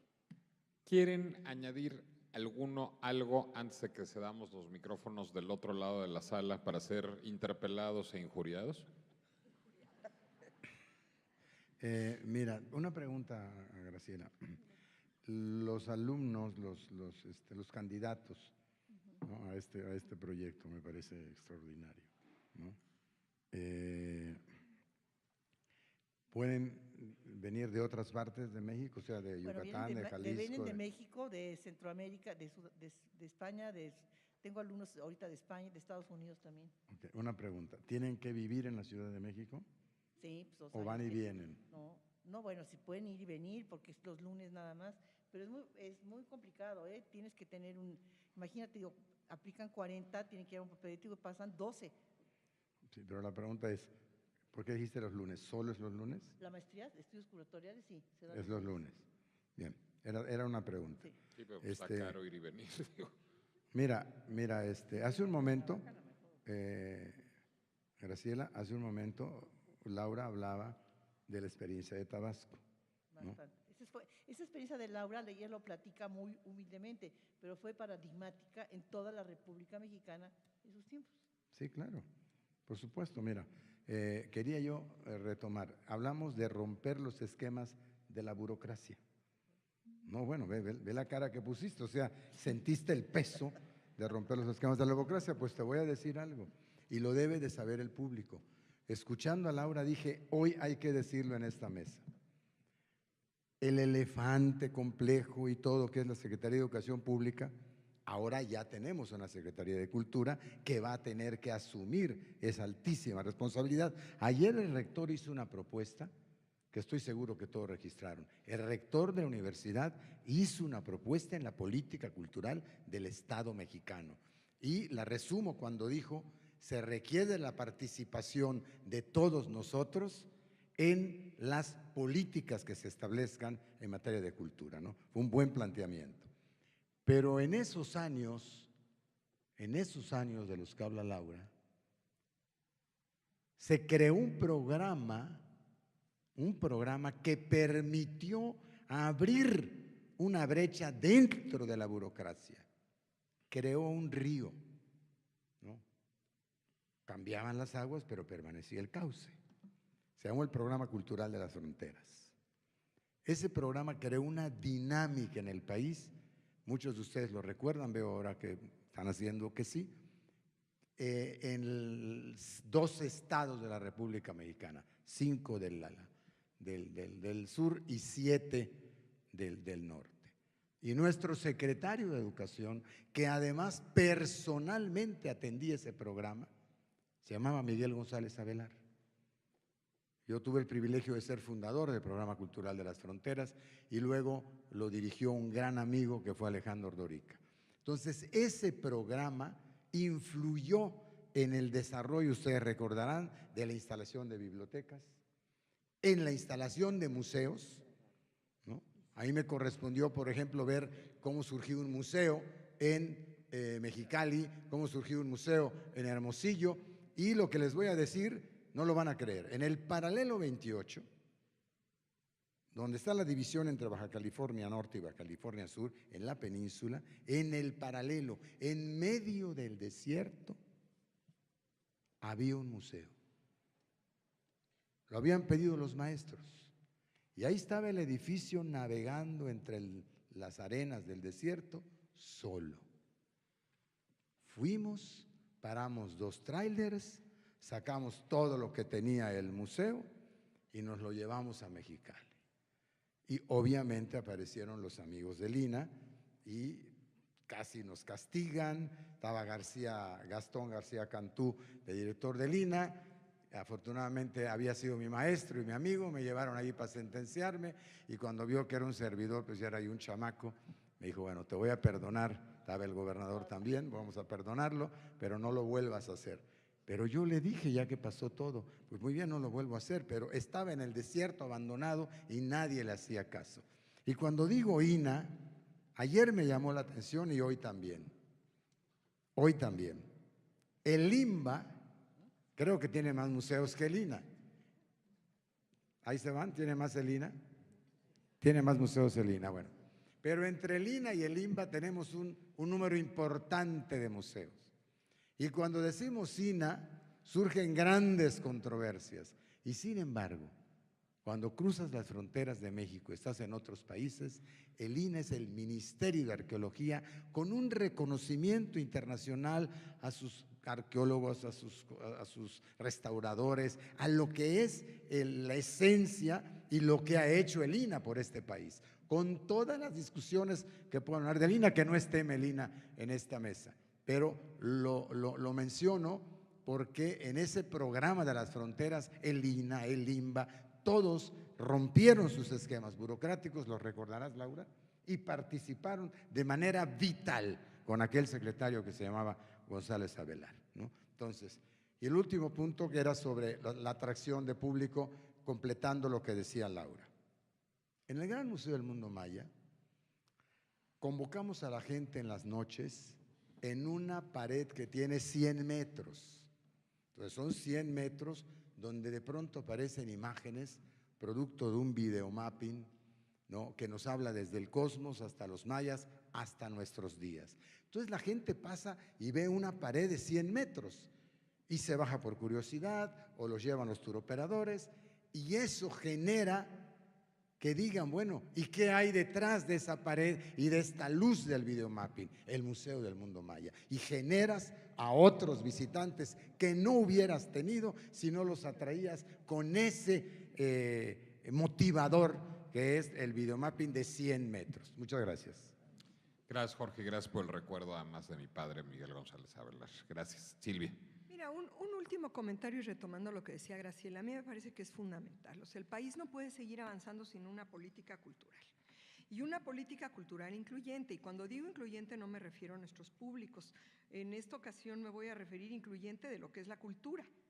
Porque hemos tenido el vicio de, híjole, perdón, me voy a aventar, pero al precipicio, el vicio de la autocomplacencia. Somos un país con una riqueza cultural gigante y entonces nos hemos regodeado en esa riqueza cultural, arqueológica, antropológica.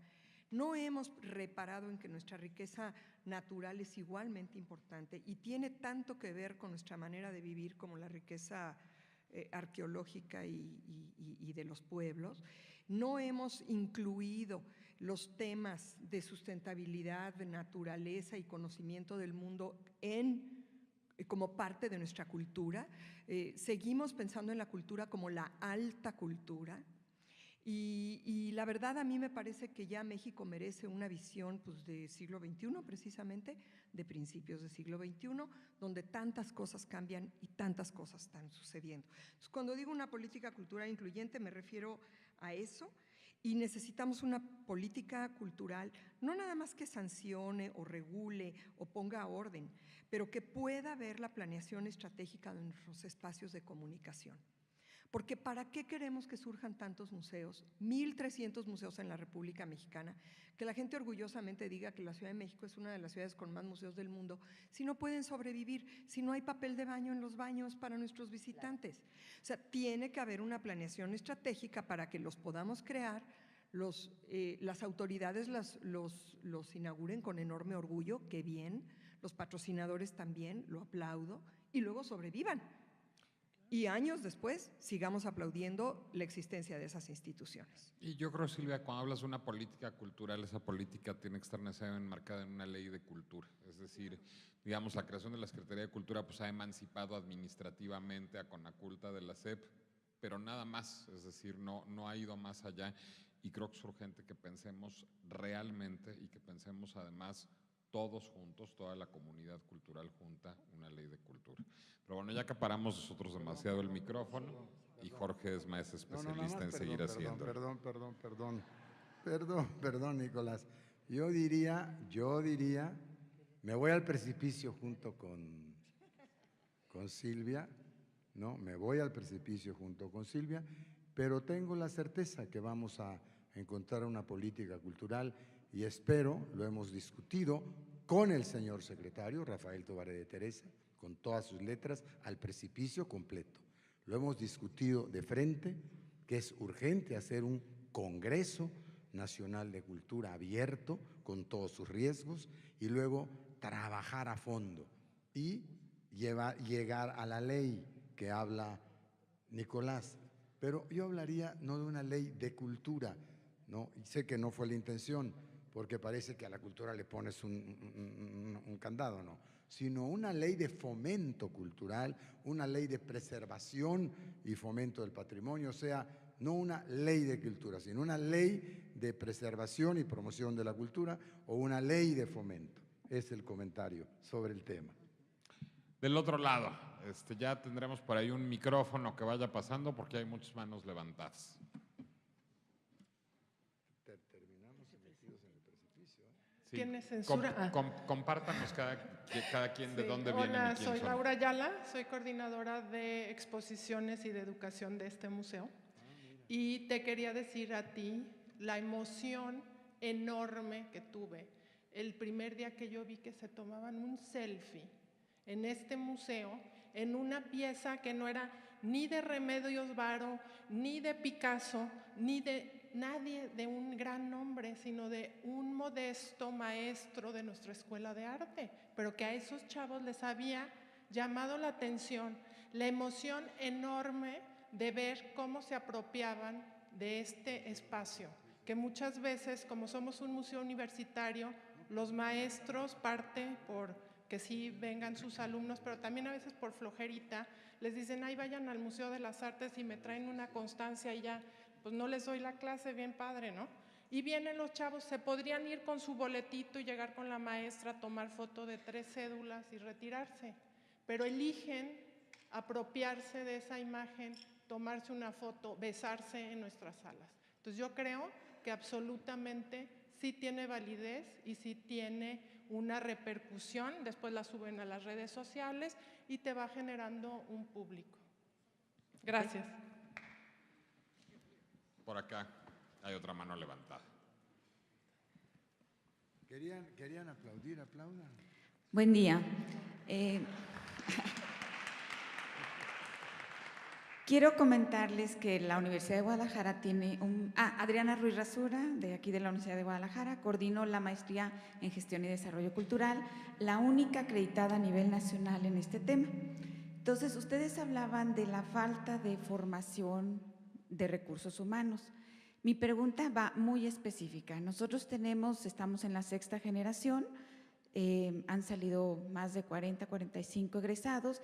La directora de aquí, todo su equipo son egresados de esta maestría, y les pregunto, ustedes que son los grandes directivos importantes de estos espacios tan representativos de México, ¿qué tanto están ustedes dispuestos a abrir sus puertas, a emplear a estos alumnos que salen, a estos recién egresados, para aprovechar de todo el bagaje que de ellos traen académico en torno a la gestión cultural? Yo te digo una cosa, en el MUAC no entras si no tienes una maestría, ya no, cuando menos. Y tienes que presentar proyectos y proposición. O sea, cada vez, y creo que en todos los museos cada vez es más competido el ingreso a las instituciones. Yo me acuerdo que antes, en mis tiempos, casi que cualquier señora dejaba la escoba y podía entrar a un museo. Ahora ya no, ¿eh? Sí, nuestros egresados tienen la experiencia de un proyecto ejecutivo realizado, tienen la experiencia también de lo que es la investigación, entonces son maestros. ¿Por qué no? Claro, claro, ¿por qué no? Ya está abierta la puerta. Claro. ¿Alguien más en la mesa? No nos cierren los micros, no sean malos, ¿no? A ver, Jorge, espérate.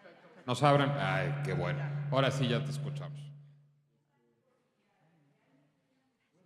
En el caso de las compañeras ya te contestaron. En el caso nuestro, pues me pareció bien el planteamiento de Graciela, que presenten los proyectos. En el caso del Instituto de Historia y Museos de Yucatán, del Festival Internacional de la Cultura Maya, que cada vez adquiere más relevancia, a ver si al final, ya para ver un poquito de cine, les paso un documento de 4 minutos. Estamos abiertos. La directora del museo, la directora ejecutiva del Gran Museo del Mundo Maya, por supuesto que está abierta a estas potencialidades y a estas enriquecedoras posibilidades. Estamos abiertos, ¿eh? Tenemos los datos, ahí tiene nuestra página, y a lo mejor dentro de un tiempo te estoy saludando y estamos diciendo, ya tenemos a 2 gentes en el museo, ella ya tiene una gente en tal parte, o sea, sí estamos abiertos. Gracias. Susana del Pilar, de aquí de Guadalajara. Y bueno, a mí me interesó mucho 2 cosas, especialmente me remite al cine y recuerdo mucho la película de Ratatouille. No cualquiera puede ser, más bien cualquiera puede ser cocinero, no porque cualquiera pueda ser artista, sino porque un gran artista puede surgir de cualquier lado.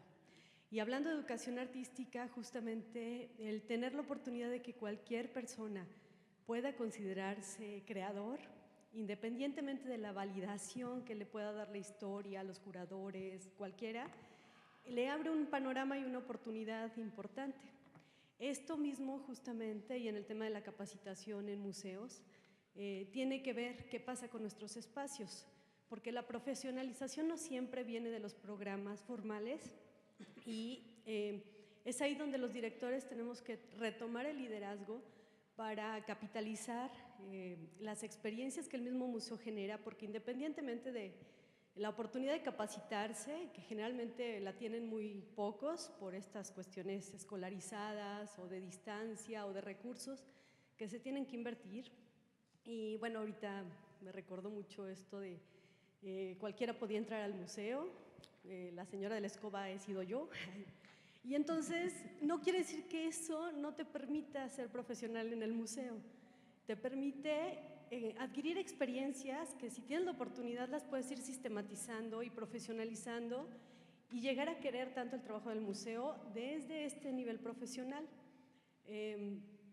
Hemos estado impulsando una red de aprendizaje para educadores de museo, especialmente por mi formación y porque tengo bastante interés y creo que una veta importante de aprender en el museo es desde las mismas personas que nos desempeñamos en el museo.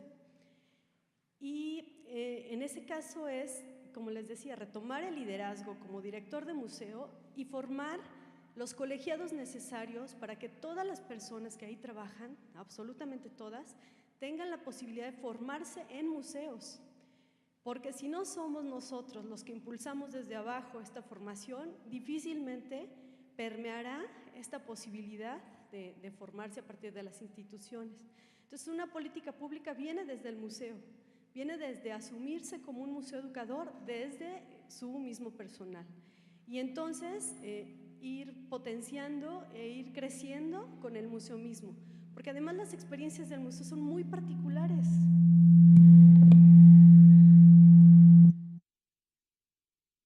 Las experiencias del museo son como cada familia, ¿no? Entonces, lo que les pasa a cada uno de sus museos, lo que le pasa a mi museo, que es un museo municipal con escasos recursos, que implica un nivel de gestión distinto completamente y una reestructura distinta a la que ustedes viven, yo puedo hacer comparativos y puedo asumir y deducir que muchas de las cuestiones que yo he recibido en las capacitaciones puedo aplicarlas. Sin embargo, son muy particulares las circunstancias y creo que las personas que han vivido en el museo, como los trabajadores que son, tienen muchas más respuestas inclusive que muchas de las que hemos recibido desde las capacitaciones. Entonces, asumirlo como un colegiado de formación propia es imprescindible para los museos.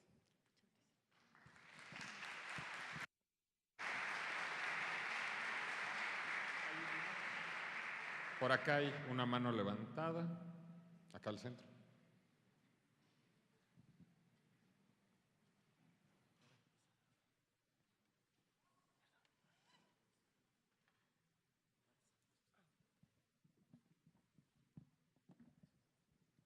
Hola, qué impacto, ¿no? Tu velocidad para pensar, compañero.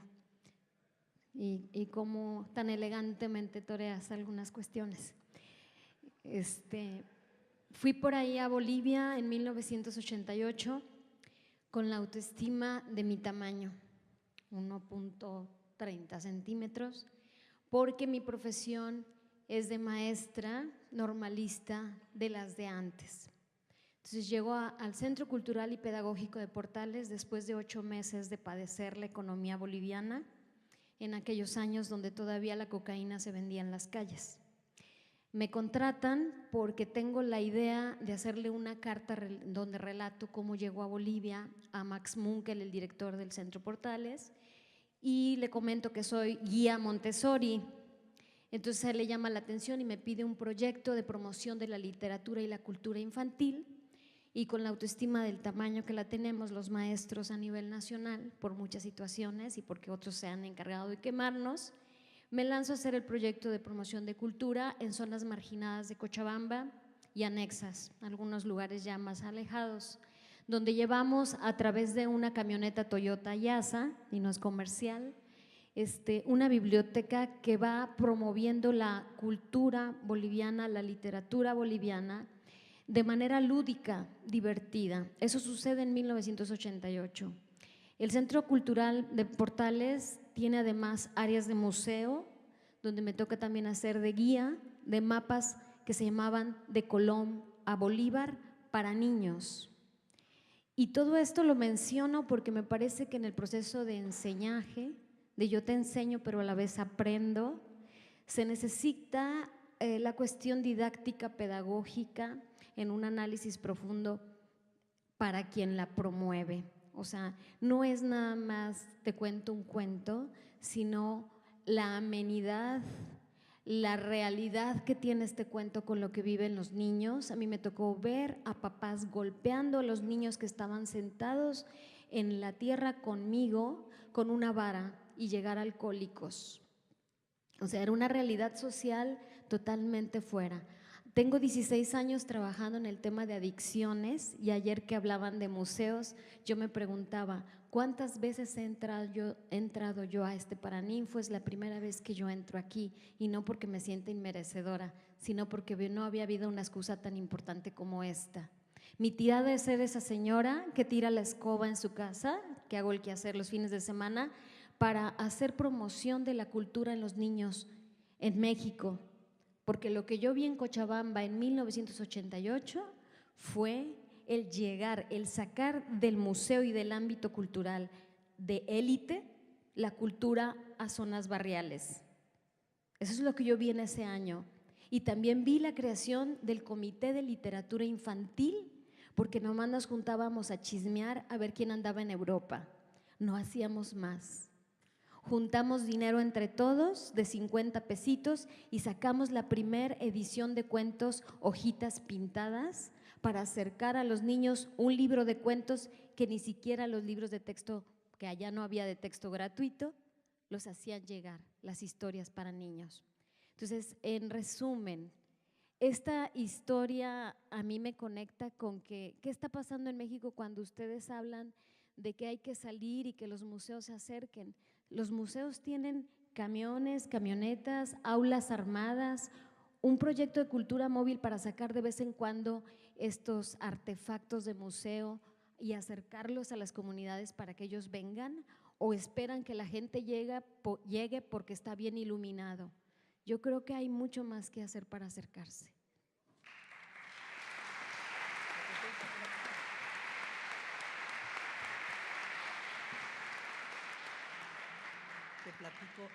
Te platico algo que te va a gustar.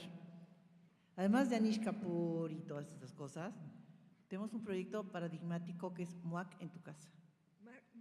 MUAC, el MUAC en tu casa, donde las obras del museo van a casas de poblaciones marginales.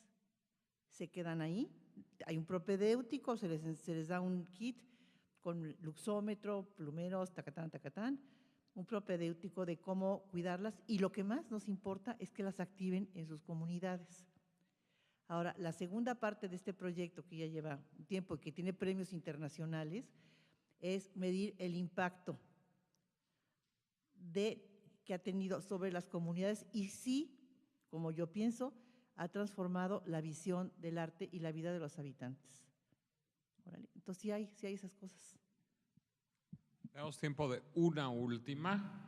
Hay manos levantadas acá atrás. Hola, ya hay un micrófono. buenos días. Yo soy Manuel Hernández, soy blogger cultural internacional, diseñador gráfico y mercadólogo y promuevo la cultura. Hemos estado hablando de temas muy interesantes que fue la imaginación, la selfie, creatividad, redes sociales y sobre todo la crítica positiva o negativa que ayuda o hunde mucho a todo esto que estamos haciendo. El manejo de los dispositivos y junto al conocimiento de los profesionistas es muy importante, dado que una selfie nos puede mostrar todo lo que está aquí detrás y se pueden meter en mi blog y todo lo que está aquí ya está publicado. No necesito ir a la oficina para publicarlo. Actualización de personal de museos es muy importante, dado que ellos también deben de saber para qué sirve, en especial en este museo me encanta que saben qué sirve una selfie. La historia y el arte en las clases de primaria, como lo dijeron hace unos minutos, es muy importante. En mi generación yo llevé civismo, hubo una generación que no lo tuvo. Ahora estamos trabajando varios bloggers, personas que tenemos programas por redes sociales, en los cuales no cobramos ni un solo peso para hacer cultura. Y tenemos señores que nos están patrocinando para viajar ahora a Estados Unidos y a diferentes partes de la República, haciendo que la cultura de México siga creciendo y sabiendo que estamos a la par de todo el mundo. Muchas gracias.